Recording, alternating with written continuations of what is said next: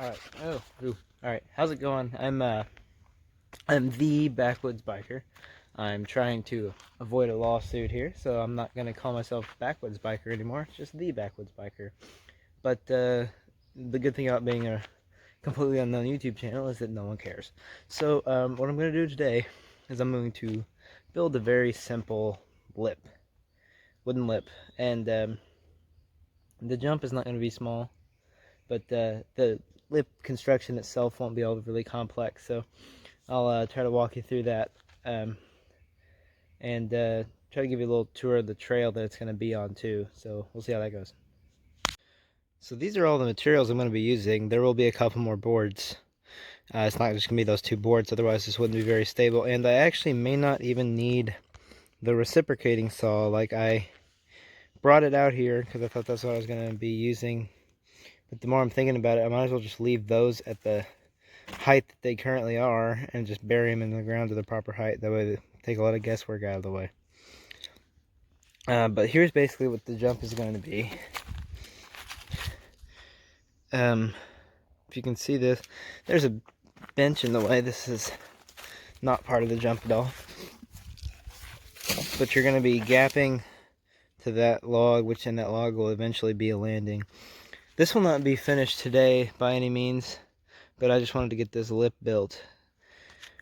And so what I'm going to do is I'm going to take those two boards and screw them into the sides of this, and then take two more that look exactly like that and, you know, cross beam them so it'll be steady. And I'll see how stable that is and add supports where I need to.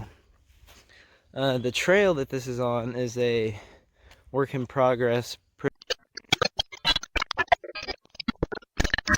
You will have this massive double here, and the lip will be up there, and it'll come down to here. And I'll make this into a landing, cage it in, and then put dirt in it. But for now, for today, we are just going to work on the lip. And now I gotta go get more materials because it's a one-man show here. Alright, so all this board is, as you see, all it is it's a bunk from a bed. From a bunk bed? It's like the top bunk of a bunk bed. What happened was there was this church camp that it's getting completely remodeled, and they just have all these old bunks. And we got a huge stack of them. And they're just sitting around. It's just perfectly good scrap wood. And it'll make a perfect jump. It won't be an all-weather jump because there's no grit to this whatsoever. It's going to be pretty slippery when wet, but it makes jump construction a heck of a lot easier because there's no planking boards out and there's nothing like that. Basically, the entire platform of the jump is already there and made, and all we have to do is screw some boards into it. So I just want to say I'm only putting this video out because I haven't put anything out on my YouTube channel for like months now, and that's because I was filming it all on my phone, and my phone was crappy, and it was just crappy quality videos, cringy, annoying, you know, just not very good. You saw them. But I have like 5 or 6 videos on a GoPro. Like, all you have to do is put them into the computer and edit them. Had just a little bit of trouble with it, and it was just like, I'll do it another time. Haven't gotten around to it. Honestly, if I really put my mind to it, I could probably get those videos out today. But like, you know, I just don't feel like doing that, and it's a lot easier to film on my phone. And I got a new phone with like really good camera. Like, you probably wouldn't know I'm using my phone, except you probably did. But here is that stack of bunks we got. Just think about all the potential builds we have with these. That's at like 20 lips, you know? Like, we can do so much with that. So hopefully we got a wooden table. I have an idea for a wooden tabletop project that hopefully I'll be able to work on. So yeah, that's what all those are. Alright, well, that took way longer than I expected. Thought I got the hyperlapse of that, but this phone is crap. This phone's not crap, but, you know, I need to get a software update and it's acting like crap. But anyway, that's beside the point. This is not stable whatsoever. I wouldn't hit it even on a dare. But that's not supposed to be stable yet. We've still got to put those boards across it and figure out their height and level and everything. But basically all I did was I screwed it in, one screw on that side, one screw on that side, same over here.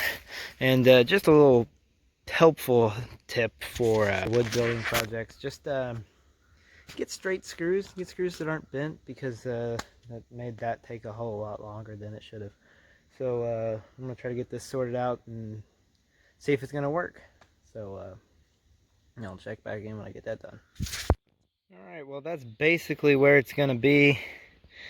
I'm debating whether I need to scoot it back a little bit more or not, but definitely it's going to be a little, it's not going to be that steep, because that's a lot steep. So it's definitely not going to be that steep. I will bury these, who knows how much, probably down to here even. But yeah, this is basically all I did here was take the other two boards and cross them, and I put some screws up in here and on the sides. And this is pretty solid, actually. I'm not sure I'd actually recommend you build something like this, but I mean, this doesn't seem to be too bad. I'm going to get the final look at positioning as far as on the trail, like when you're coming into it, if it's in the right spot or not. Looks pretty good, but I don't know. But yeah, this is really steep, and it's also flexing a tad bit in the middle, so I might try to add some supports there. But otherwise, this is pretty good. I'm going to go get the post hole diggers now. And the Sawzall ended up coming in handy after all. Cut off the offshoots of that side piece. So good call on the Sawzall. Alrighty, well, and now that I've got the post hole diggers, I'm going to dig down and plant these posts in. The reason they're so long, the reason I left them so long is because, once I plant them in there, it should hopefully add a lot of stability to it. I mean, it's pretty stable right now, but still, like, look at it. It's a little janky, right?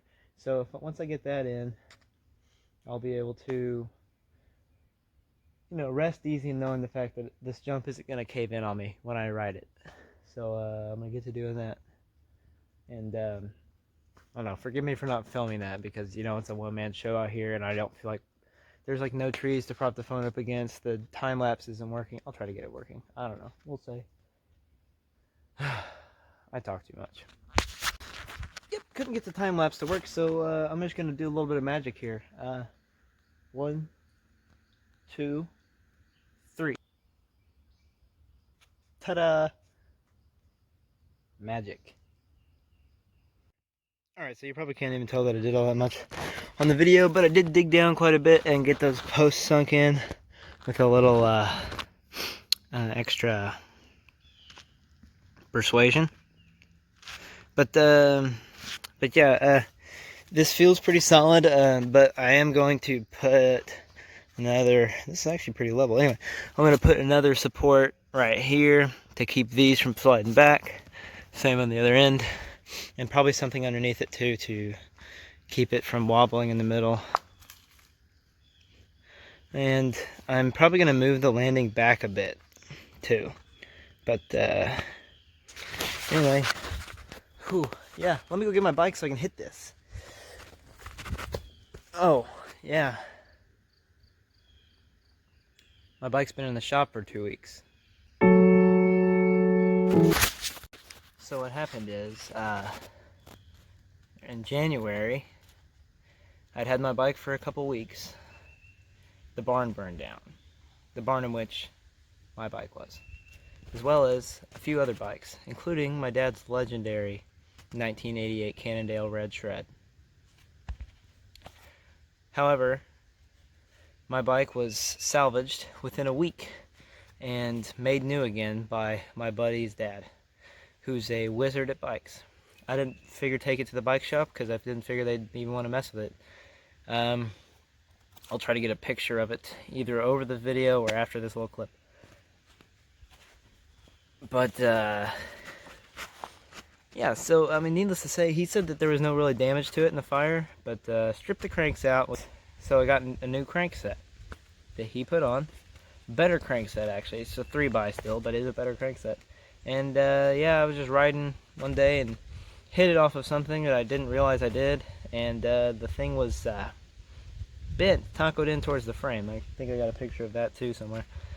But yeah, so I took it into the shop a few weeks ago, and they're still working on it.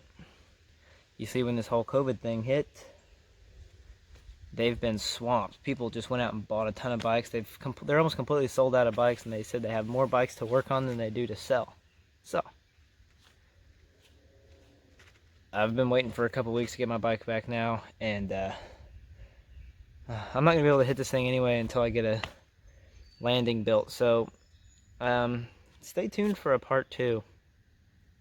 That's the deal with my bike, and that's the deal with these trails. Thank you for watching, and if you've made it this far, you know, go ahead and subscribe or like it or something, I don't care. And have a good day. Remember to take it steezy.